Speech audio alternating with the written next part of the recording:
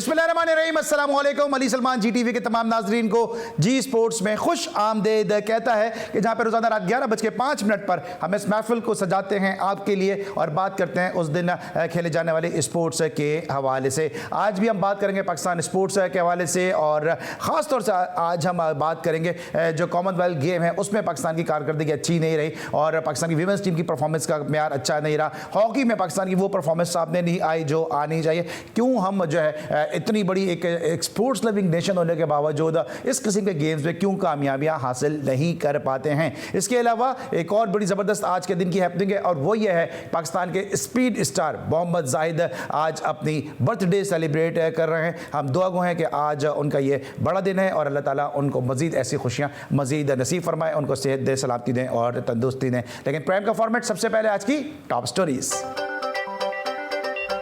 Pakistan cricket board ने England के तारीखी दौरे पाकिस्तान का शेड्यूल जारी कर दिया। दोनों टीमों के माबैन 7 T20 इंटरनेशनल मैचेस की सीरीज 20 सितंबर से 2 अक्टूबर तक कराची और लाहौर में खेली जाएगी। एशियन क्रिकेट काउंसिल ने एशिया कप 2022 का शेड्यूल जारी कर दिया। एशिया कप का इनेकाद 27 अगस्त से होगा, जबकि रिवायती हरीफ पाकिस्तान और भारत की टीमें 28 अगस्त को दुबई में टकराएंगी। ICC men's cricket world cup super league में बल्लेबाजों की फहरिस्त में बाबर आजम की हुक्मरानी बरकरार। इंग्लैंड ने जनूबी अफ्रीका के खिलाफ पहले 2 टेस्ट मैचेस के लिए स्क्वाड का ऐलान कर दिया। ऑली रॉबिन्सन की स्क्वाड में वापसी। वेस्ट इंडीज ने भारत को दूसरे T20 में 5 विकेटों से शिकस्त दे दी। भारतीय फ्रेंचाइज मालिकान को लीग्स में पाकिस्तानी खिलाड़ियों की जरूरत पड़ सकती है। आकाश चोपड़ा। जी नाज़रीन, ये थी आज की टॉप स्टोरीज और हमने प्रोग्राम की इब्तिदा में कहा कि आज पाकिस्तान के स्पीड स्टार मोहम्मद जाहिद अपनी सालगिरह को सेलिब्रेट कर रहे हैं और मोहम्मद जाहिद इस वक्त हमारे साथ बजरिया वीडियो लिंक मौजूद हैं। शो में खुश आमदीद कहेंगे। अस्सलाम वालेकुम जाहिद, कैसे हैं आप? जी वालेकुम सलाम, मैं ठीक हूँ। जाहिद, आज आपकी सालगिरह भी है तो इस हवाले से हम दुआ गो हैं कि अल्लाह ताला आपको ऐसी हज़ारों खुशियाँ नसीब फरमाएं, सेहत दें, सलामती दें, तंदुरुस्ती दें। ये बताएं कि किस तरह से अपनी सालगिरह को सेलिब्रेट करते हैं? कोई खास नहीं, अब इस उम्र में क्या सेलिब्रेशन करनी होती है तो खाना खाने चले जाते हैं बाहर फैमिली के साथ। वो क्रिकेटर ही क्या जाहिद वो क्रिकेटर ही क्या कि जिसकी उम्र बढ़ जाए? वो बात तो ठीक है, लेकिन वो बच्चों सालगिरह तो बच्चों की होती है। हमारा तो बस खाने चले जाएंगे और बस। बल्कि आज भी सालगिरह तो क्रिकेट में आया हूँ, यहाँ बच्चों को क्रिकेट सिखा रहा हूँ और कल खाना खाने चले जाएंगे, बस यही है। ठीक है। अच्छा जाहिद, बचपन की कोई ऐसी सालगिरह जो आपको याद हो, जब आपकी सालगिरह आती थी, जब मोहम्मद जाहिद स्टार नहीं थे, गग्गू मंडी का एक आम सा नौजवान था, एक आम सा बच्चा था? नहीं, हमारे जब हम बड़े हो रहे थे उस वक्त तो सालगिरह का रिवाज ही नहीं होता था। मतलब किसी को पता नहीं होता था। सालगिरह सुनते थे टीवी पे या फिर वहीं देखते थे सालगिरह होती है। उस वक्त तो कोई भी रिवाज नहीं था, बल्कि हमारे घर में नहीं, पूरे शहर में कोई सालगिरह नहीं थी होती। अब ये तो नई चीज है पिछले कोई 25-30 साल से, लेकिन उस वक्त कोई सालगिरह नहीं मनती होती है ऐसी स्पेशल के। अब याद भी नहीं होता था कि आज मेरी सालगिरह है, तो ये तो यादें हैं हमारी बचपन की। ठीक है, तो आजकल क्या मसरूफियात हैं मोहम्मद जाहिद की? आजकल कुछ नहीं, बस क्रिकेट हो रही है और सब सीजन चल रहा है और थोड़ी बच्चों को सिखा देता हूँ 2-3 घंटे जाके ग्राउंड में और फैमिली के साथ थोड़ा, यही है। ठीक है। अच्छा जाहिद, थोड़ी अब क्रिकेट की बात करते हैं। ये बताएं कि अभी एशिया कप का भी शेड्यूल का अनाउंसमेंट हो गई है, फिर इंग्लैंड की टीम पाकिस्तान आ रही है, कराची और लाहौर में सीरीज़ खेली जाएगी। सबसे पहले अगर हम एशिया कप की बात करते हैं, आपने पाकिस्तान क्रिकेट को भी बड़े चंद अरसे पहले बड़े करीब से आपने देखा है। पाकिस्तान आपको क्या लगता है एशिया कप में किस हद तक जा सकता है? और साथ साथ पाकिस्तान और इंडिया का मैच भी है 28 अगस्त को। पाकिस्तान पिछले 1-1.5 साल से पाकिस्तान क्रिकेट ने काफी इंप्रूव किया है। फुल चांसेस है, मेरा ख्याल और मेरी बेस्ट विशेस और दुआएं भी मेरी पाकिस्तान टीम के साथ है। मुझे उम्मीद है कि वो अच्छा करेंगे एशिया कप में, क्योंकि वो बड़ी बैलेंस टीम लग रही है। बॉलिंग में, बैटिंग में, ऑलराउंड जो है, फास्ट बॉलिंग अच्छी है, ऊपर से बाबर बड़ फॉर्म में है, रिजवान फॉर्म में है, सारी टीम ही फॉर्म में है, शाहीन अच्छी फॉर्म में है, हारिस रऊफ अच्छी बॉलिंग कर रहा है। सो या they got a fair chance I think. और जो पाकिस्तान ने T20 वर्ल्ड कप में आउट क्लास किया था, कोई साइकोलॉजिकल प्रेशर होगा आपके ख्याल में इंडिया पे उस हवाले से, क्योंकि दोनों रिवायती हरीफ हैं? देखें, इंडिया पाकिस्तान का मैच होता ही प्रेशर होता है। जो भी हो, जो भी फॉर्मेट हो, जो भी छोटे से छोटा मैच, बड़े से बड़ा मैच, प्रेशर तो होता ही होता है। और पाकिस्तान इंडिया का बहुत प्रेशर होता है, और प्रेशर तो होगा, बिल्कुल होगा प्रेशर, दोनों पे ही होगा। ये नहीं कि इंडिया पे होगा, पाकिस्तान पे प्रेशर होगा। ठीक है। और अभी एक आकाश चोपड़ा का एक स्टेटमेंट आया कि इंडिया को भी पाकिस्तान के प्लेयर्स की जरूरत है मुख्तलिफ लीग्स में, तो आपको लगता है कि मुस्तकबिल करीब में ये दरवाजे खुल सकते हैं और इससे खुद इंडिया की क्रिकेट को भी फायदा होगा? ये खुलने चाहिए, उनको भी फायदा होगा, व्यूअरशिप बढ़ेगी। आई मीन, जब पाकिस्तान प्लेयर, उनके बिजनेस के लिए भी अच्छा है, पाकिस्तानी प्लेयर्स के लिए भी अच्छा है, सबके लिए अच्छा है। मेरा ख्याल से ये खुलना तो बंद ही नहीं होना चाहिए था। जो भी पॉलिटिकल रीजंस अपनी जगह डिफरेंसेस वो तो रहते ही, लेकिन स्पोर्ट्स को बीच में नहीं आना चाहिए। और मेरा ख्याल से ये अच्छा होगा अगर वो पाकिस्तान प्लेयर्स को खेलने जाएंगे, उनके अपने लिए भी अच्छा होगा, इंडिया के लिए भी अच्छा होगा। ठीक है। और शायद अपनी सालगिरह के मौके पे अपने फैंस को कोई मैसेज देना चाहेंगे, क्योंकि लोग आज भी मोहम्मद जाहिद को उसी तरह से याद करते हैं जिस तरह शोएब अख्तर को याद करते हैं। सालगिरह पे क्या मैसेज दूं? मैं यही कहूंगा, थैंक यू वेरी मच। मैं आज ट्विटर देख रहा था, बड़े से लोगों ने विशेष किया, उन सबका बहुत शुक्रिया। आप लोगों का प्यार, मोहब्बत, सलाम है सबको, जो लोग याद रखते हैं। और यही कि शुक्रिया और good luck, be happy, live life, enjoy life. ठीक है, ठीक है। Thank you so much. Mohammad Zahid हमारे साथ मौजूद थे और उनकी आज चूंकि सालगिरह थी, इसलिए जी स्पोर्ट्स अपने हीरोज़ को नहीं भूलता है। पाकिस्तान के स्पीड स्टार मोहम्मद जाहिद इस वक्त हमारे साथ मौजूद थे। इस वक्त लेंगे ब्रेक, और जब ब्रेक के बाद वापस आएंगे तो मजीद दो नए मेहमान हमारे शो का हिस्सा होंगे। मिलते हैं छोटे से ब्रेक के बाद।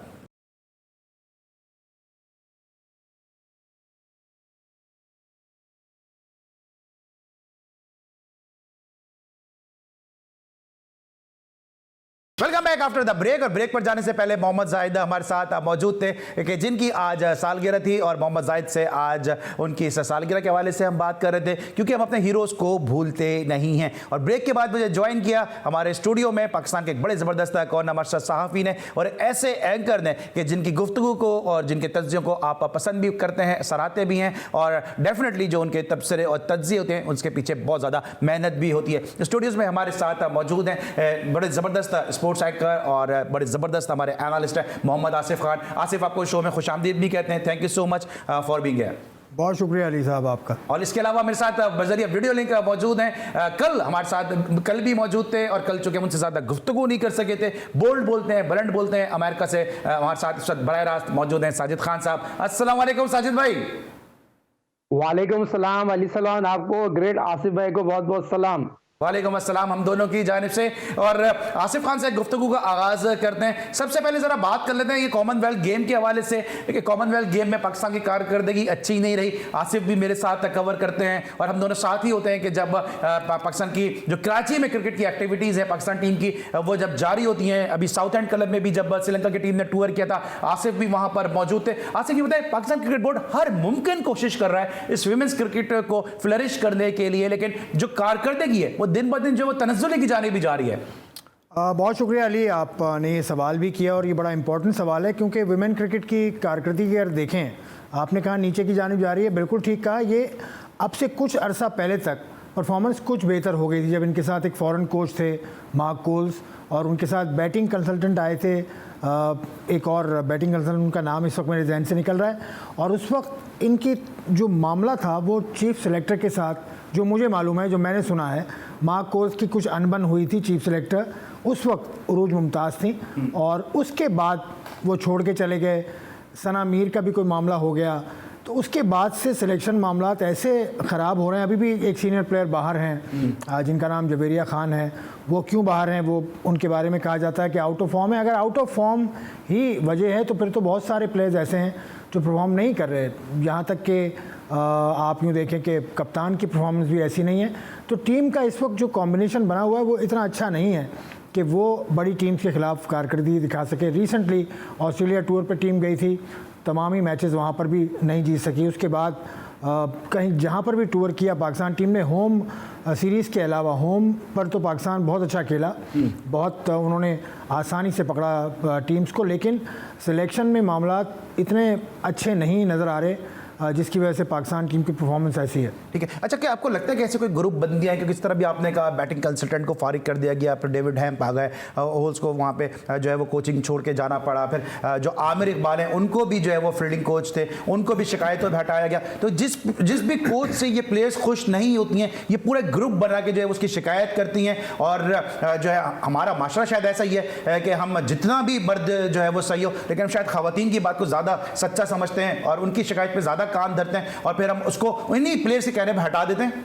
देखिए, आमिर इकबाल की आपने बात की। आमिर इकबाल को मैंने काम करते देखा है कराची में। उन्होंने एक बहुत बड़ा बंच लड़कियों का तैयार कर लिया था, जिसमें बहुत सारी लड़कियां हैं जो अब खेल भी रही हैं, पाकिस्तान के लिए भी खेली हैं या खेल रही हैं। आमिर इकबाल अब तो खैर आपको ही मालूम होगा कि यूएई में कोचिंग कर रहे हैं और बहुत खुश हैं। उनसे कुछ दिन पहले मेरी बात हुई थी। ये शिकायत का आंसर तो मैं नहीं कह सकता, लेकिन डेविड हैम्प के बारे में आपको एक बात बताऊं। डेविड हैम्प मैंने चेक भी किया था कि 1997 में वसीम खान जो पाकिस्तान के साबिक चीफ एग्जीक्यूटिव हैं, उनके काउंटी मेट रहे हैं। उनके साथ कुछ वनडे मैचेस इन्होंने खेले थे काउंटी वाले। तो डेविड हैम्प को सिलेक्ट करने वाले वसीम खान और उरूज मुमताज़, ये दो अशखास हैं जिनसे इस बात का सवाल भी करना चाहिए कि क्यों उनको सिलेक्ट किया और क्यों उनकी परफॉर्मेंस को अब तक नहीं देखा जा रहा। दूसरा, इनकी जो हेड है तानिया साहिबा, और उसके अलावा जो मैनेजर हैं इस वक्त आयशा अशर, इन पर भी किरदार आता है, क्योंकि मैंने ये सुना है कि इनका इनपुट बहुत ज़्यादा है, इनके इन्फ्लुएंस कहना चाहिए बहुत ज़्यादा है। टीम में कप्तान को भी फ्री हैंड नहीं मिल रहा, जिसके बायस वो फैसले नहीं कर पा रही हैं अपने। ये बात सारी वो हैं जो कैंप के थ्रू आ रही हैं हम तक। तो तानिया साहिबा का कंट्रोल बहुत ज़्यादा है, उसके अलावा आयशा अशर साहिबा का कंट्रोल बहुत ज़्यादा है। वो ग्राउंड में होने वाले फ़ैसलों पर असरअंदाज हो रही हैं। तो ये चीज़ नहीं होनी चाहिए। जिस तरह बाबर आजम को आपने फ्री हैंड दिया हुआ है, तो वो फैसले नज़र आ रहे हैं, कुछ गलत होते हैं, कुछ सही होते हैं, लेकिन फैसला करने का इख्तियार बहरहाल कप्तान को होना चाहिए। साहिद खान साहब, आप क्या कहेंगे कि जिस तरह आसिफ कह रहे हैं कि हैम्प और कैंप दोनों ही सही नहीं चल रहे हैं? देखिए, अली सलमान साहब बहुत बड़ी ज्यादती है। जिस तरह इकबाल इमाम ने इस टीम को जेल किया था, इस तरह अरशद खान की थोड़ा बहुत मौलापोली थी। आप देखें 3 उठा के देख लें पाकिस्तान वुमेन्स की अगर बात की 2004 से 2022 में पूरा खुला मैरिट का कत्ल। जवेरिया की बात करें, आपने बहुत इंपॉर्टेंट बात की। जवेरिया खान जो पाकिस्तान की कप्तान बनना जा रही थी, 4 सेंचुरी ओडीआई में उसने बनाई और ऑस्ट्रेलियन क्रिकेटर थी, मगर उसका ताल्लुक जो सना मीर के साथ था, यकीनी तौर पर सना मीर को और जिसने डेंटिस्ट को तो आपने कमेंट्री पर लगा दिया। असल चीज ये मुद्दे पे आइए, इनको कमेंट्री से निकालें, इनको बोले भाई आपने 10 साल पाकिस्तान वुमेन्स की क्रिकेट खेली है, सियासत किया, भाई क्रिकेट को सुधारिए। जिस तरह आप बात कर रहे हैं, आसिफ खान बात कर रहे हैं, इकबाल इमाम बहुत ऑस्ट्रेलियन कोच था, उसने बहुत ऑस्ट्रेलियन क्रिकेट में इसमें कोचिंग की वुमेन्स में। आप मुझे हिस्ट्री उठा कर समीर असलम से देख लें, बासिर से देख लें, अरशद देख लें, कबीर खान से देख लें, कितने कोचों का नाम हो, आजम खान का नाम हो। इन लड़कियों को क्रिकेटर कोई कोच पसंद ही नहीं आता था, तो चलो इनको हटा दो, इन्हीं लड़कियों को इनके जो करता धरती हैं उनको इनके साथ एडजस्ट कर दें। आज मुझे आप ये बताइए, जो गोरा आया था उसने क्या डिसीजन लिया? आप इंडिया से मुकाबला करने गए थे, इंडिया के खिलाफ, तो आप मुझे बताइए, इतना जाहिल आदमी को भी पता होता है बारिश होगी तो क्या करोगे टॉस जीतने के बाद। सारी आपके एनालिस्ट ने बता दिया। सलीम जाफर साहब तो मेरे जराए बता रहे वो खुश ही नहीं थे डिसीजन से। सलीम जाफर जो डिसीजन हुआ है टॉस जीतने के बाद, जो टीम सेलेक्ट की गई उससे सलीम जाफर खुश नहीं थे। और आपको याद होगा जो आसिफी कवर करने गए थे, 6 मैच खेले गए डिफेंस स्टेडियम में, उसमें आप मुझे बताइए तूबा एक आउटस्टैंडिंग बॉलर बन के सामने आई, उसने आईसीसी अवार्ड भी हासिल किया, फिर उसका मेरिट का कत्ल हो गया, फिर लाइकिंग डिसलाइकिंग है। कप्तान जो तन तना हॉकी खेलने वाली और बैडमिंटन वाले से एसएमएस पे बात करती है, जिसके मैसेज पे टीम सेलेक्ट हो तो टीम क्या। लेकिन आप कल जब आप हमारे साथ मौजूद थे, आपका यह भी कह रहा था कि डिसिप्लिन के भी इश्यूज हैं और कर्फ्यू की भी खिलाफ वर्जी हुई है। 4 लड़कियां ने खिलाफवर्जी की है, 4 लड़कियों ने। और आज जो कर्फ्यू टाइम था वो कहां थी? पूछे उनसे, जो लोग वहां पर मैनेजर है, कोच से पूछे आप। हमारा काम है, मीडिया का काम है, एनालिस्ट का काम है बताना, मगर जब नियत सही ना हो, टीम सिलेक्टेड ना हो और खेलने में आपके जज्बा ना हो, और गुरुबंदी आज से थोड़ी आ रही है, जब से गुरुबंदियां कर रही है। पाकिस्तान वुमेन्स की बात करें और जिस तरह बाबर की बात करें, सारी गुरुबंदियों की टीम है भाई, ये मेरिट पे थोड़ी काम करेंगे। सर आसिफ से भी लेते हैं, आसिफ को जिस तरह क्या करा इन्होंने, ठीक है आसिफ से भी लेते हैं। साहब एक मिनट जरा रुकिएगा, मैं सर आपसे क्वेश्चन भी करता हूं, आसिफ से भी मालूम करते हैं। आसिफ, जिस तरह हम मेंस क्रिकेट की बात करते हैं वहां पे बाबर आजम की परफॉर्मेंस जो है वो सबको छुपा लेती है, आपको लगता है यहाँ पे निदा डार वही रोल प्ले कर रही है कि जब निदा डार परफॉर्म करती है तो पाकिस्तान की टीम की परफॉर्मेंस अच्छी होती है? अभी एक आयशा नसीम एक ऐसी प्लेयर आई है जो हमें लगता है कि थोड़ा उसमें एग्रेशन है, वो टीम के लिए खेलना चाहती है। अभी भी हमने देखा इंडिया के खिलाफ कि उसने आते ही जो स्ट्रोक खेलने शुरू किए, लेकिन निदा डार अगर नहीं होगी तो टीम की परफॉर्मेंस ऐसे ही होगी। निदा डार एक आउटस्टैंडिंग प्लेयर है, वो लेग स्पिन बॉलिंग भी करती हैं, वो बैटिंग भी बड़ी अच्छी करती हैं, लेकिन अभी कुछ मैचेस पहले जब उन्होंने बड़ी अच्छी परफॉर्मेंस दी थी उस वक्त तक मैच हाथ से निकल चुका था। तो निदा डार की परफॉर्मेंस ठीक है, लेकिन टीम के काम जो परफॉर्मेंस ना आए वो फिर परफॉर्मेंस का फ़ायदा ऐसा नहीं है, क्योंकि और फिर अभी बिस्मा मारूफ के साथ ये पोजीशन आई थी कि आखिरी जो मैच हुआ है अभी 2 मैचेस पहले कि वो भी मैच को लेके जा सकती थी, लेकिन बिस्मा मारूफ का स्टाइल ऑफ प्ले ऐसा नहीं है जैसा निदा डार का है, जैसा एग्रेसिव वो खेलती हैं। बड़े अरसे से हमें जो ऑलराउंडर हैं आलिया रियाज, उनकी परफॉर्मेंस वो नज़र नहीं आई। वो बैटिंग भी बहुत अच्छी करती हैं, मैंने देखा है उनको बैटिंग करते, बॉलिंग भी करती हैं, लेकिन बॉलिंग करती वो नज़र नहीं आ रही। तो ये टीम कॉम्बिनेशन 1 और दूसरा टीम 11 क्या खिलानी है 2 और तीसरा किसने क्या काम करना है ये। और अभी इन्होंने बात की वो जो लेग स्पिनर हमारी आई थी जो आईसीसी अवार्ड भी लिया, तूबा कहाँ गई मुझे समझ नहीं आता, शायद इंजरी का कोई मसला हो, लेकिन इसके हवाले से बताया तूबा खेली तो इंडिया के खिलाफ मैच है, इंडिया के खिलाफ खेली, लेकिन वो तूबा में वो बात नजर नहीं आ रही अब, जैसी वो परफॉर्मेंस उन्होंने यहाँ विकेट्स उनको सूट नहीं करी। हाँ। अच्छा साहब भाई, आखिरी मेरा इस टॉपिक से रिलेटेड क्वेश्चन ये है कि अब सुधार के क्या इम्कान है, क्या स्टेप्स लेने चाहिए, क्योंकि आप क्वालिफाइड कोच भी हैं, तो कुछ सजेस्ट करेंगे? देखिए अली सलमान साहब, इनाम अनवर कहाँ गई, बेहतरीन ऑलराउंडर, बेहतरीन फास्ट बॉलर, अहमद अनवर गायब है, बाहम गायब है, जवेरिया गायब है, बहुत सारे प्लेयर हैं जिनको आप कंसीडर ही नहीं कर रहे हैं ना। तूबा को आपने खिलाया, उसको बॉलिंग नहीं दी, कॉन्फिडेंस नहीं दिया।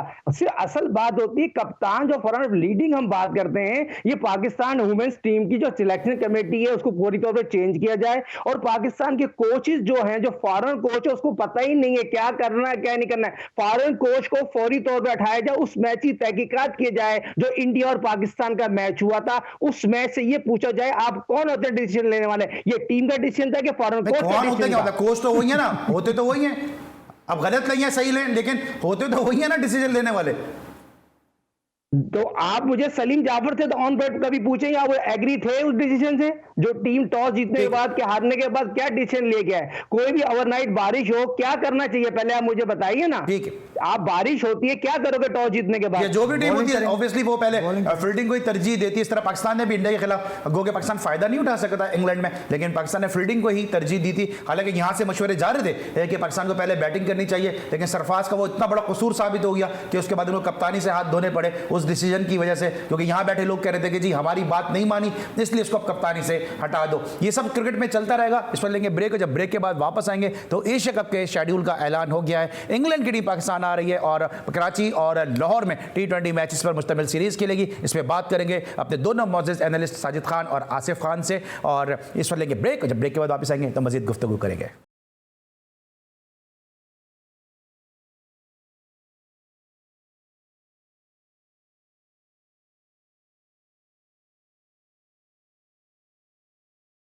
Welcome back after the break. और ब्रेक पर जाने से पहले हम डिस्कस कर रहे थे साजिद खान साहब और आसिफ खान साहब के साथ पाकिस्तान वीमेंस टीम को, लेकिन अब कॉमनवेल्थ गेम में जो पाकिस्तान के दस्ते की जो कारकर्दगी रही वो ज़्यादा हौसला अफजा नहीं रही। गो कि माहूर शहजाद ने कुछ उम्मीदें पैदा ज़रूर की हैं, लेकिन इसके अलावा अगर हम ओवरऑल देखते हैं तो पाकिस्तान की, अगर हम हॉकी की बात करते हैं, बॉक्सिंग की बात करते हैं, दीगर खेलों की बात करते हैं, एथलेटिक्स की बात करते हैं, तो वहाँ पर पाकिस्तान की कारकर्दगी ज़्यादा अच्छी नहीं रही। आसिफ खान कवर करते रहे तमाम स्पोर्ट्स को। आसिफ ये बताएं कि क्या वजह क्या समझते हैं हॉकी के हवाले से? आपने भी काफ़ी शोज़ किए, हमने भी काफ़ी शोज़, लेकिन हॉकी में वो परफॉर्मेंस पाकिस्तान की सामने नहीं आ रही। फिटनेस के इश्यूज हैं, स्किल्स के इश्यूज हैं, टैलेंट के इश्यूज हैं, या सिलेक्शन के इश्यूज हैं?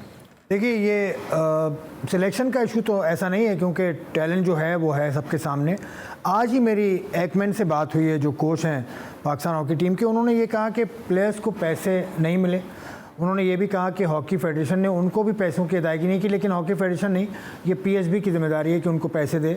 तो वो ये कहते हैं कि जो ग्रास रूट है हॉकी या जो टॉप टीम से नीचे की हॉकी है उसमें कोचिंग का फुकदान है, कोचेस उस मयार के नहीं है, या उस मॉडर्न हॉकी जो समझते हो वो कोचेस नहीं हैं ग्रास रूट पर। और जो बुनियादी बात है वो हॉकी में पैसा नहीं है। पैसा ना होने की वजह से कोई आता नहीं हॉकी में। सिर्फ कराची हॉकी एसोसिएशन को आप छोड़ दें, यहाँ तो हॉकी हो रही है, या आप देख लें लाहौर में एकेडमी है। लेकिन आसिफ, इससे मैं इसलिए इत्तेफाक नहीं करूंगा। कराची की आपने बात की, लाहौर में अगर हम देखें राना ज़हीर एकेडमी है, तौकीर डार की एकेडमी है, वो काम कर रही है। अभी जी स्पोर्ट्स चंद माह पहले Khyber Pakhtunkhwa hockey league cover कर आया, वहाँ पे हॉकी का टैलेंट है। तो हमें टैलेंट तो नज़र आ रहा है, लेकिन जब ऊपर की सतह पर हम जाके देखते हैं तो शायद उस तरह की वो एग्जीक्यूशन नज़र नहीं आती है। देखिए वो तो ठीक है, वो सिलेक्शन का मसला है ज़रूर, लेकिन हॉकी का वो पैशन नहीं है। नीचे अगर आप देखें तो इतने, आप देखो मिसाल ये है कि कराची से एक भी लड़का सेलेक्ट नहीं होता। अभी टीम में एक लड़का है, क्रिकेट में भी नहीं हो रहा ना सिलेक्ट। चलिए क्रिकेट का तो फिर भी टैलेंट है ना, क्रिकेट हॉकी का कंपैरिजन तो बिल्कुल बनता ही नहीं। क्रिकेट में पैसा बनता है, हॉकी में पैसा जब तक आप नहीं देंगे हॉकी नीचे जाती जाएगी। ये किस्सा है काफ़ी पुराना, 94 का वर्ल्ड कप आप जीते, उसके बाद से हॉकी का डाउनफॉल आना शुरू हुआ है, क्योंकि लड़कों के पास नौकरियां नहीं है। सुहेल अब्बास जो वर्ल्ड रिकॉर्ड होल्डर है, 348 गोल हैं उसके पास परमानेंट नौकरी नहीं है। बाकी और किसकी बात करूं मैं, और जितने भी लड़के आते जा रहे हैं, परमानेंट नौकरी होना बहुत ज़रूरी है। फिर डिपार्टमेंटल हॉकी बंद हो गई, उससे भी बड़ा फ़र्क पड़ा। लेकिन जब तक आप पैसा नहीं देंगे, जब तक आप खाने को रोटी या घर चलाने का पैसा नहीं देंगे, जब तक हॉकी ऊपर आने का ये ख्वाब ही होगा हमारे लिए। बिल्कुल ख्वाब होगा। सर आसिफ ने कहा एक तो नौकरी नहीं है और फिर डिफरेंस बहुत है। मुझे याद है एक ज़माने में एक बैंक में पाकिस्तान के जो क्रिकेट टीम का कप्तान था वो असिस्टेंट वाइस प्रेसिडेंट या वाइस प्रेसिडेंट था, और उसी बैंक में पाकिस्तान हॉकी टीम का कप्तान कैशियर के तौर पर जॉब कर रहा था, उसको कैशियर का टाइटल दिया गया था। तो ये जो डिफरेंस है ये भी बहुत ज़्यादा है, तो शायद इस खेल को जो है वो फ्लरिश होने नहीं दे रहा। साहिल खान साहब, आपकी क्रिकेट के अलावा दीगर खेलों पर भी निगाह है, ये बताएं कि क्या चल रहा है हॉकी में, दीगर खेलों में? जो स्पोर्ट्स बोर्ड कहते हैं फंड नहीं देता, पाकिस्तान ओलंपिक एसोसिएशन के आरिफ हसन साहब हैं, उन पे बहुत ज्यादा तनकीद की जाती है। पाकिस्तान हमेशा जब भी इस किस्म के खेलों में जाता है तनकीद की जद में आ जाता है। देखिए कौमी खेल हॉकी को तो ओलंपियनों ने तबाह कर दिया। ओलंपियनों ने उस तरह की जिम्मेदारी नहीं ली जिस तरह की देने, जिस मुल्क को बहुत कुछ दिया। ओलंपिक इतने वर्ल्ड क्लास हॉकी स्टार बने। सिर्फ हनीफ खान के अलावा मुझे बताइए भी हैदर एक कायम मकाम सेक्रेटरी है केचे के, हैदर ने जिस तरह काम किया है, केचे की जितनी भी तारीफ की जाएगा, मगर पाकिस्तान के एक्स ओलंपियन अब मुझे बताइए कि कहाँ गए ताहिर, कहाँ गए जितने कमर, कहाँ गए जितने क्वालिफाइड कोचेस बात करते हैं। जब टीम के सिलेक्टर नाहल होंगे, जो टीम मेरिट पे सिलेक्ट, 4 क्वार्टर खेलने की टीम में फिटनेस ना हो, फिर अब हॉकी को प्रमोट की बात कर रहे हैं, मुकाबला करने जा रहे हैं। इस टीम में फिटनेस का बड़ा 50% फिटनेस है लड़कों की, 100% तो बहुत दूर की बात है। 4 क्वार्टर खेलने वाली टीम नहीं है ये। उसके बाद हॉकी को किस तरह बेहतर करेंगे? हॉकी में लैकिंग की बात करूं, शहबाज की बात करूं, राणा की बात करूं, क्या बाजवा की बात करूं, क्या उसके बाद सदर के देखे ब्रिगेडियर खोकर अकेले क्या करेगा? उसके बाद मुझे बताया कि इससे पहले कासिम जी आते, इतने और लोग थे जो हॉकी को चला रहे थे। पैसा कौन लेगा? सिर्फ पैसा उस दौर में आया जब पीआईए के प्रेसिडेंट आरिफ अली खान अब्बासी साहब थे, कि नूर खान साहब थे। उसके बाद जब से हॉकी को जिस तरह डिपार्टमेंट बन हुए तो हॉकी भी यतीम हो गई है। तो हॉकी का सबसे बड़ा कसूरवार एक्स ओलंपियन है। ठीक है, ठीक है। आसिफ, आप जो हॉकी मैक्स हॉकी लीग की बात हो रही है, आपको लग रहा है कि ये कॉस्मेटिक सर्जरी होगी? आपको लगता है जो मैक्स हॉकी लीग होने जा रही है इससे रिवाइवल होगा पाकिस्तान हॉकी का?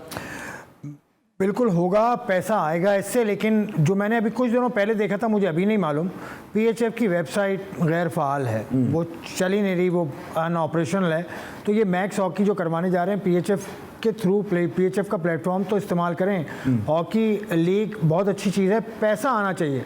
प्लेयर्स के पास पैसा जिस तरीके से भी आए, जायज़ तरीके से, मैं उसको वेलकम करूंगा। और मैक्स हॉकी के पीछे जो नाम है वो क्रिकेट के अंदर भी लीग कराने वाले हैं, वो सरवर भट्ट साहब, सलमान सरवर भट्ट एक बहुत बड़ा नाम है। और सलमान सरवर भट्ट पीएसएल कराने में, पीएसएल का मॉडल बनाने में सलमान सरवर भट्ट सफ़े अव्वल का उनका किरदार है। तो हॉकी लीग में उनकी शमूलियत से मुझे बहुत उम्मीद है कि पैसा आएगा, और पैसा आएगा तो लड़कों को बहुत फ़ायदा होगा। राइट है, पैसा आएगा तो लड़कों को बहुत फ़ायदा होगा। लेकिन कुछ और भी है जो आ रहा है, और वो है जनाब एशिया कप के जिसके स्केड्यूल का ऐलान हो चुका है, और 27 तारीख से इस टूर्नामेंट का आगाज़ हो रहा है यूएई में, और 28 को पाकिस्तान और इंडिया की रिवायती जो हरीफ टीम है वो एक दूसरे के मद्दे मुकाबले होंगी। साहिल खान साहब, क्या लगता है आपको एशिया कप के हवाले से जो पाकिस्तान का जो तैयारियाँ हैं, क्या दुरुस्त संत में जा रही हैं? क्या उम्मीदें रखें, या फिर हम ये जुमला सुनने के लिए तैयार निकाल रहे हैं कि हम गलतियों से सीख रहे हैं, या फिर अगर हम ये भी मैं तो सोचता हूं कि अगले दिन जब मैं शो करने आऊंगा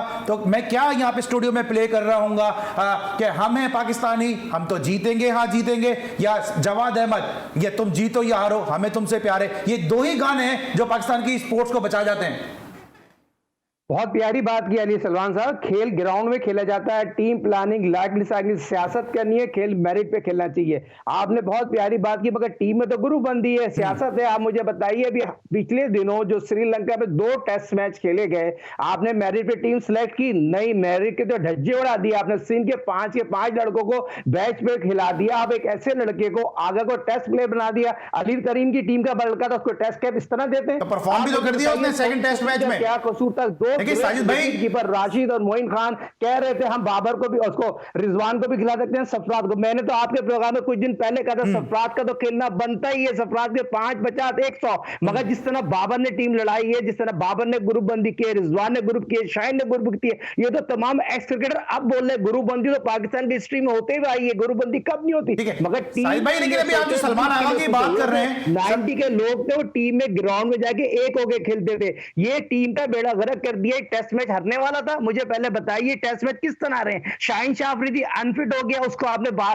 उसके बाद बैकअप नहीं है आपके पास। यासिर शाह ने क्या डंके की चोट पे बॉलिंग की, डंके की चोट पे रिजवान ने खिलाया यासिर शाह को, और सरफराज को ना खिलाने की वजह यह था उसका सिंध का ताल्लुक है, कराची का बेटा है।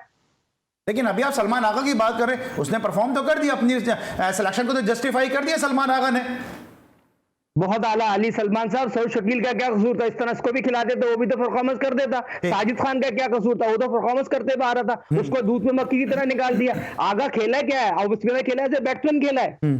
लेकिन अभी आप सलमान आगा की बात कर रहे हैं, मैंने पहले भी अपने किसी शो में कहा था कि अगर वो ऑफ स्पिनर के तौर पे अगर वो खेलें तो उनको तो उनके रीजन का कोच जो है वो बॉलिंग नहीं करा रहा था फर्स्ट क्लास के एक मैच के अंदर। वो तो मुझसे ही नाराज हो गए थे जब मैंने उनसे पूछा कि भाई बाएं हाथ का बैट्समैन खेल रहा है, वो 200 रन कर गया, आप क्या ये बॉलिंग नहीं कर रहे, क्या ये अनफिट है? तो उन्होंने मुझे बोला कि भाई आप अपना काम करें, कमेंट्री करें, हमें मशवरे नहीं दें। तो उसके बाद वो 250 कर गया। जब 250 कर गया, जब इनको गेंद दी, इन्होंने 30 ओवर के अंदर आउट कर दिया। तो आसिफ सलमान आगा तो उनका रीजन का कोच उनको बॉलर नहीं समझता। नहीं, सलमान आगा एज बॉलर सेलेक्ट नहीं हुए। सलमान आगा की साजिद खान की जगह तो गए ना। साजिद खान क्यों नहीं है वो भी मैं आपको बताता हूँ। साजिद खान का ना होना बड़ा नुकसान हुआ है पाकिस्तान को, क्योंकि ऑफ स्पिनर जब पाकिस्तान का हेड कोच हो और ऑफ स्पिनर पाकिस्तान के स्क्वाड में शामिल नहीं है, कोई जेन्युइन ऑफ स्पिनर शामिल नहीं है, ये बड़ी सोचने वाली बात है। सलमान आगा ने परफॉर्म किया था काज़म ट्रॉफी, जो कराची के मैचेस हमने देखे, बहुत अच्छा परफॉर्म किया था। उनकी सिलेक्शन भी जायज़ है, लेकिन उनको 11 में जगह देनी चाहिए थी या नहीं, ये एक सवाल है। फवाद आलम के होते हुए पहले टेस्ट मैच में ये एक सवाल है जिसका जवाब देना चाहिए। लेकिन साजिद खान का बॉलिंग एक्शन मशकूक है, ये वसीम ने कहा, मोहम्मद वसीम ने, लेकिन बॉलिंग एक्शन उनका मशकूक। तो रिपोर्ट कहाँ हुआ वो जो मशकूक हो गया? नहीं, मशकूक में उनका एक तो बॉलिंग आर्म होता है, राइट आर्म, एक नॉन बॉलिंग आर्म में कोई प्रॉब्लम है साजिद के, इस वजह से उनको हटा दिया। और साजिद इस वक्त NCA में मौजूद हैं, उनका बॉलिंग एक्शन या नॉन बॉलिंग आर्म को ठीक करा कौन रहा है? उमर रशीद, मोतजिम रशीद। तो ऑफ स्पिनर का बॉलिंग वहाँ जाके, मतलब उसको ले जाते, वहाँ सकलैन जैसा एक्सपर्ट मौजूद है, वो उसके एक्शन पे काम करता रहता और जब जरूरत होती है उसको खिला देते। साजिद खान को बाहर करना बहुत बड़ी नाइंसाफी है। जरा वापस टॉपिक पर आते हैं, एशिया कप में क्या उम्मीद है पाकिस्तान की टीम से? एशिया कप में है उम्मीद, क्योंकि छोटा फॉर्मेट है, T20 का पाकिस्तान एक्सपर्ट है, वन ऑफ द एक्सपर्ट्स मैं कहूँगा। और पाकिस्तान का T20 में टैलेंट पूल ज़रा ज़्यादा है, पाकिस्तान के पास ऑप्शन बहुत ज़्यादा होते हैं। तो पाकिस्तान अपने दिन पे कुछ भी कर सकता है, इंडिया को भी हरा सकता है, बड़ी टीम को हरा सकता है, हरा तो सकता है। लेकिन आपको नहीं लगता कि अपने ही गिराते नशेमंद बिजलियां यूनुस खान और उमर गुल जो अफगानिस्तान के साथ मौजूद हैं, आप और मैं दोनों ही अफगानिस्तान की क्रिकेट को काफ़ी कवर करते हैं? नहीं, अफगानिस्तान के साथ वो मौजूद हैं। यूनुस खान तो देर से गए, उनको तो जब खेल रहे थे, जब उनको नहीं, लेकिन मैं कह रहा हूँ ना कि जानते हैं वीकनेसेस, जानते हैं स्ट्रेंथ भी जानते हैं पाकिस्तान की टीम की, ये दोनों और बड़े करीब से जानते हैं। ठीक है, वो जानते हैं और वो अफगानिस्तान की को यकीनन उन्होंने बताया भी होगा। लेकिन अफगानिस्तान का जो स्टाइल ऑफ प्ले है वो भी ऐसा ही है हमारी तरह, वो भी इतना नहीं सोचते कि ये कहाँ बॉल करता है, कहाँ नहीं करता, जहाँ उनको गेंद मिलती है वो मारते हैं, एग्रेसिव नेचर ऑफ प्ले है उनका। लेकिन अफगानिस्तान छोटे फॉर्मेट पे, जितना फॉर्मेट छोटा होगा उतनी ज़्यादा खतरनाक है, तो टक्कर का मुकाबला होगा, लेकिन पाकिस्तान से उम्मीद है मुझे। ठीक है, उम्मीद अच्छी है। आसिफ खान को, साहिल खान साहब को क्या उम्मीद है, अफगानिस्तान की अपसेट कर सकता है? बिल्कुल करेगा, अफगानिस्तान अपसेट करेगा। पाकिस्तान और इंडिया के मैच की बात करें तो इंडिया बहुत आगे है। आप इंग्लैंड की सीरीज देख लें, वेस्ट इंडीज की सीरीज देख लें, उन्होंने प्लान बी पे बहुत तैयारी की, अपने नौजवान खिलाड़ी को मौका दिया। हम नौजवान खिलाड़ी को मौका नहीं देते, लाइक डिसलाइक का सिलसिला हम जारी फिर जा रहे हैं, हम जीत जाए इंशाल्लाह माशाल्लाह। इस तरह नहीं जीतते भाई, ग्राउंड में खेला जाता है। ठीक है, लोगों की दुआ से वर्ल्ड कप आप जीत गए, चाहे 2020 में आउटस्टैंडिंग क्रिकेट खेलिए, 10 विकेट, बार बार आपको टीम में तमाम वो चीजों को बुला के मेरिट पे टीम सिलेक्ट करना पड़ेगी। बाबर को वो चीजें भुलानी पड़ेगी जो पाकिस्तान क्रिकेट टीम में दोस्तियां नहीं निभानी चाहिए। ठीक है, तो कामरान अकमल ने भी कहा ना कि अगर जीतना है तो फिर दोस्तियां जो है वो भूलनी पड़ेंगी। शाहिद आफरीदी ने भी कहा है कि दोस्तियां भुला के टीम बनानी पड़ेगी अगर जीतना पड़ेगा। तो क्या सबको नजर आ रहा है कि दोस्तियां चल रही हैं? क्योंकि साजिद खान साहब आपने तो बहुत पहले सवाल से आवाज उठाई थी। देखिए क्लियर दोस्ती है ना। आप मुझे बताइए ये हसन को खिलाने का मकसद क्या था? मुझे बताइए, उस हसन को खिलाया, डंके की चोट में खिलाया ना, उससे बॉलिंग भी करा दी, उससे बैटिंग भी करा दी। समी असलम का क्या, उसका क्या कसूर था? उस लड़के ने जो बेहतरीन आउटस्टैंडिंग क्रिकेट खेली है, उससे बेहतरीन कारकर्दगी दिखाई गई, बेहतरीन ऑलराउंडर था, उसका आपने कॉन्फिडेंस शेयर कर दिया। आप एक तरफ ग्रेटेस्ट प्लेयर उसको बनाना चाहते हैं, बेहतरीन बॉलर बैट्समैन के दरमियान उसका मुकाबला था, मगर उसको नहीं खिलाया, तो दोस्ती नहीं तो किया है, खुला मेरिट का कत्ल हो रहा है। ठीक है, आसिफ खान साहब, अब क्या आपको लगता है कि जो फॉर्मेट है एशिया कप का, इसमें ये शर्जील खान जैसे बैट्समैन या इस तरह के दीगर बैट्समैन हैं, या इनका इंडक्शन होना चाहिए, या आपको लगता है कि रमीज अजहर साहब का बड़ा क्लियर स्टांस है कि जो टेंटेड प्लेयर है उनको टीम का हिस्सा नहीं होना चाहिए? मेरे शो में जब वो चेयरमैन पीसीबी नहीं थे, उनका कहना था कि इनके पोस्टर्स भी नहीं लगने चाहिए, इनको आपको ज़्यादा हाइप भी नहीं देनी चाहिए। तो अब ये शर्जील खान जैसे प्लेयर क्या शामिल हो सकेंगे, या सिर्फ ये PSL, कश्मीर प्रीमियर लीग या फर्स्ट क्लास क्रिकेट ही खेलते रहेंगे?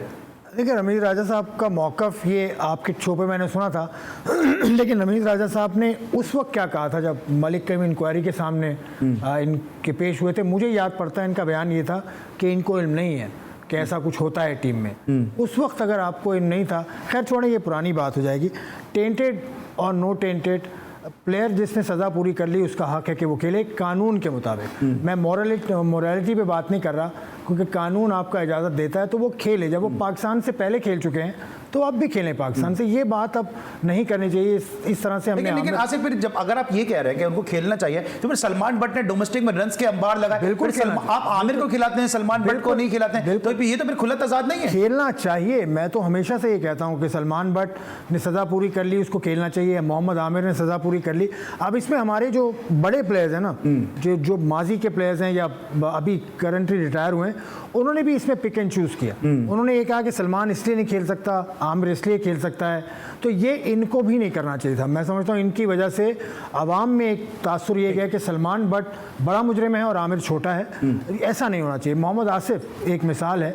टेस्ट मैच क्रिकेट, आसिफ ने हमें इंटरव्यू दिया था, उसने कहा था टेस्ट मैच क्रिकेट में बचा सकता था, और उसने और भी बातें की थी। लेकिन ये या तो ए होता है या बी होता है, या काला होता है या सफ़ेद होता है। काला और सफ़ेद का मिक्सचर नहीं होना चाहिए। हमें राय अपनी बिल्कुल एक स्ट्रेट वे में देनी चाहिए। और आपने आसिफ की बात की, तो इस वक्त साजिद खान साहब भी अमेरिका में मौजूद हैं, आसिफ भी अमेरिका में मुकीम है, और भी कई प्लेयर जो मायूस होकर अमेरिका चले गए हैं, कुछ जाने के लिए पर तोल रहे हैं, और वहाँ पे क्रिकेट जो है वो हो रही है। आसिफ मुस्तफा साहब वहाँ पे मौजूद हैं, साजिद खान साहब वहाँ पे मौजूद हैं, और भी दीगर वहाँ पे क्रिकेट चल रहे हैं। आपको क्या लगता है साजिद खान साहब, अगर यही हालात चलते रहे तो फिर पाकिस्तान के सारे क्रिकेटर्स जो अमेरिका शिफ्ट हो जाएंगे?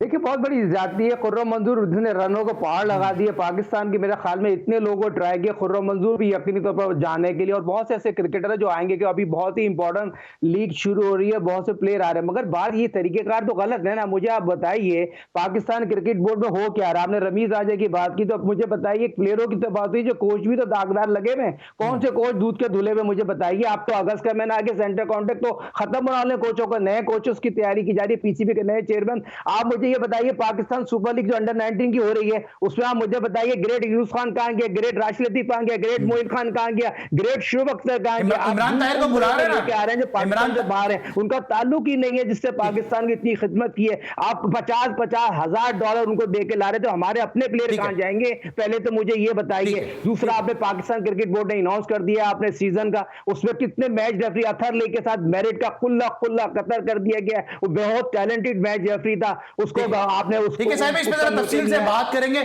जरा डोमेस्टिक क्रिकेट के हवाले से तफसील से बात करेंगे। साहिद खान साहब आपका बहुत बहुत शुक्रिया, आसिफ खान साहब आपका बहुत शुक्रिया, आपने शो के लिए वक्त निकाला, और साथ साथ मोहम्मद जाहिद ने आज हमें इंग्लैंड से अपनी सालगिरह वाले दिन अपनी बर्थडे पे ज्वाइन किया था, उनका भी बहुत बहुत शुक्रिया कि आज के शो को आप तीनों ने रौनक और इज्जत बख्शी। आज के लिए बस इतना, इंशाल्लाह अगले शो में फिर आपसे मुलाकात होगी। अली सलमान को पूरी प्रोडक्शन टीम के साथ इजाजत दीजिए, अपना बहुत ख्याल रखिए, अल्लाह हाफिज़।